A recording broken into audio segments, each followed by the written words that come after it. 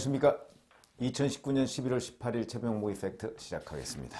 자, 오늘은 조국 전 법무부 장관과 서울대 공익인권법센터의 허위 인턴 증명서, 이 문제에 관한 새로운 사실이 보도가 됐습니다. 이 부분을 한번 분석해 보겠습니다. 우선 어제 채널A가 단독으로 보도한 내용인데, 지금까지 조국 컴퓨터라고 할 수 있으면 두 가지입니다. 하나는 방배동 자택에 있던 컴퓨터, 그 두 대죠. 그거하고 서울대 연구실에 있던 컴퓨터 한 대, 이렇게 합니다. 그런데 방배동 자택에 있는 컴퓨터, 요거는 잘 아시다시피 이미 오래전에 9월 23일이죠. 그 당시에 하드디스크 두 개를 교체했다 하는 것을 한국투자증권 김경록 씨가 증언을 했습니다. 그 문제 때문에 불거졌던 그 사실이죠. 그거는 뭐냐면, 본인이 하드디스크 두 개를 교체해달라고 정경심 교수의 부탁을 받고 방배동 자택에 갔더니, 가서 그걸 교체하고 있는 사이에 그 조국 당시에는 이제 장관이 원래 교체하는 시점은 8월 말인데, 그러니까 이제 후보자 시절이었는데, 퇴근하고 들어와서 아내를 도와줘서 고맙다라고 얘기를 했다는 것이 김경록 씨 증언입니다. 그런데 그 하드디스크를 이제 계속해서 분석을 하지 않았겠습니까? 그러니까 거기에 보면 서울대 공익인권법센터의 파일이 3개가 들어있다, 이런 얘기입니다. 그 하드디스크 3개는 조민, 이거 이제 조국 전 장관의 딸, 그 다음에 단국대 장영표 교수의 아들, 그 다음에 조국 전 장관의 1982년도 입학 82학번 친구, 지금 변호사라고 하죠. 그 사람의 아들, 요렇게 해서 세 사람의 2009년 그러니까 당시의 자료가 그 컴퓨터에 있었던 겁니다. 이 컴퓨터에 보면, 이 컴퓨터는 가족 공용입니다. 그러니까 집에 두 대가 있는 것이기 때문에 조국 전 장관 부부도 물론 쓸 수 있고, 그 다음에 조민도 쓸 수 있고, 조국 전 장관의 아들도 쓸 수 있는 겁니다. 그러나 과연 이 3개의 그 허위 인턴 증명서 파일, 이걸 과연 누가 만들었겠느냐, 이 부분은 아마 지금 검찰도 조사를 해서 알고 있겠죠. 그런데 지금 이제 밝혀진 것은, 이것은 뭐 그동안에 많이 밝혀졌고 새로운 사실이 밝혀졌다는 건데, 사실은 아주 뒤늦게 서울대 조국 전 장관의 그 연구실을 압수수색했습니다. 그게 바로 11월 5일입니다. 얼마 안 됐습니다. 근데 거기서도 분석을 해보니까, 여기서도 그 바로 인턴 증명서 파일이 여전히 3개가 발견이 됐다. 딸 조민과 딸 친구 2명. 왜냐면 이 2명이 전부 다 한영외고 출신들입니다. 한영외고 동기들입니다. 유학반 동기들. 그러니까 이 3개가 발견됐다고 하는 것은 방배동에서 발견된 거와 같은 거로 보입니다. 그러면 문제는, 방배동에 있는 그 컴퓨터 2대는 그 가족 4명이 공동으로 쓰는 거기 때문에 누가 이것을 만졌다 하는 것을 증언이 나오지 않는 객관적으로 밝히기 어려웠던 것이고, 반면에 서울대 연구실에 있는 이 부분은, 이거는 뭐 조국 전 장관 이외에는 사용하지 않는 거 아니겠습니까? 그래서 이 부분에 관해서 과연 조국 전 장관이 어떻게 검찰에서 소명을 할 수가 있을까?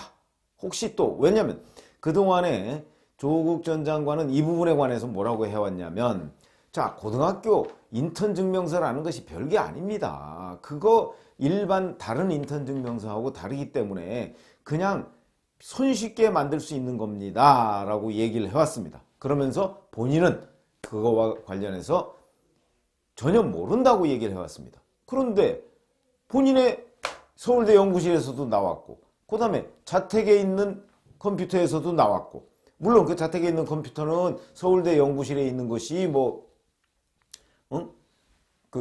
내군 연한이 지나서 자택으로 가져와서 쓴 거라고 주장을 하지만, 어찌됐든 간에 그 2개의 컴퓨터에 다 있다 라고 하는 얘기는, 적어도 조국이라는 사람이 어찌됐든 간에 이 인턴 증명서를 만들거나 아니면 만든 후에 어찌어찌 해서 관리하는 데 관여를 했다는 사실을 입증하는 명백한 증거입니다. 그게 관여 안 하고서야 거기서 나올 리가 있겠습니까? 그래서 이 부분에 관해서 과연 조국 전 장관이 검찰에서 뭐라고 해명을 할지. 근데 지금 뭐 진술 거부권을 행사하고 있으니까. 근데 이거는 아마 법정에 가도 거의 명백한 증거가 되지 않을까, 이런 생각이 듭니다. 그래서 이 피해갈 수 없는 상황이 아닌가, 이런 느낌이 들고, 그래서 이거는 여하튼 조국 전 장관 본인이 그동안에 계속해서 이 서울대 공익인권법센터 허위 인턴 증명서와 관련해서 모른다고 얘기해 왔었는데, 근데 이번에는 아마도 딱 걸린 듯한 그런 자료가 아닌가, 이런 생각이 듭니다. 그렇다면 피해갈 수 없었던 자료 아닌가, 이렇게 생각이 드는데, 진술 거부권과 이게 무슨 관련이 있는 것인지 그 부분은 저희가 뭐 정확하게 아직 알 수는 없습니다만은, 적어도 이 부분에 관해서 검찰이 정말 이 채널의 보도가 맞는다면 제가 보건대는 맞을 가능성도 꽤 높은 것으로 보입니다. 그렇기 때문에 정말 이제는 부인할 수 없는 증거가 하나 나온 것 아닌가, 적어도 서울대 공익인권법센터 허위 인턴 증명서와 관련해서는, 라는 생각이 듭니다. 그런데 제가 한 차례 말씀을 드린 적이 있는데, 또 단국대 장영표 교수의 아들이 검찰에 가서 진술한 내용이 있죠. 2009년 5월 15일, 그러니까 스승의 날입니다. 그날이 그 형사법 관련한 국제 세미나가 있는데, 그 얼마 전에 조국 당시 서울대 교수가 전화를 해서 이 형사법 국제인권법 이 세미나에 와라. 그래서 아유 저 그 형사법 뭐 그런 데 관심이 없는데요, 사형제도 뭐 이런 데 관심이 없는데요 라고 얘기했더니, 아니야 그냥 와라. 그래서 갔더니, 가서 그 방청석에 앉아 있었고, 그랬더니 15일짜리 서울대 공익인권법센터 허위 인턴 증명서를 끊어주더라. 허위라고 생각했다 라고 하는 진술도 있습니다. 이 부분에 관해서 조국 전 장관은 나는 그 장영표 교수를 알지도 못하고, 그 다음에 이 부분과 관련해서도 직접 전화를 안 했다, 이렇게 얘기는 안 했습니다. 전화번호가 없다고 얘기를 했습니다. 그런 거 봐서는, 그런데 장영표 교수 아들은 전화를 받았다고 얘기를 하거든요. 그거는 조국 전 장관의 휴대전화는 검찰이 압수를 못했지만 아마도 그 장영표 교수 아들의 휴대전화는 임의 제출 형식으로라도 받지 않았을까. 그러면 2009년에 조국 교수와 이 단국대 장영표 교수의 아들이 통화를 했는지 여부는 분명히 검찰이 지금 알고 있을 것이다, 이렇게 봅니다. 그렇다면 만약에 그 통화 기록이 나온다면 일단 조국 전 장관이 거짓말했다, 내지는 그 부분을 숨겼다.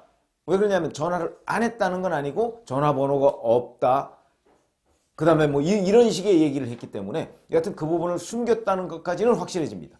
그러면 이제 그거와 요 연구실에서 나온 인턴 증명서, 그 다음에 그 파일, 그 다음에 집에서 나온 파일, 이 세 가지를 합쳐보면 결국 법정에 가서도 허위 인턴 증명서에 조국 전 장관이 어떤 식으로든 관여를 했다는 것은 명백해 보인다. 그러니까 이건 기소가 돼서라도 이 부분은, 적어도 다른 범죄와 다르게 이 부분은 조국 전 장관이 피해갈 수 없는 것 아닌가, 이런 생각이 듭니다.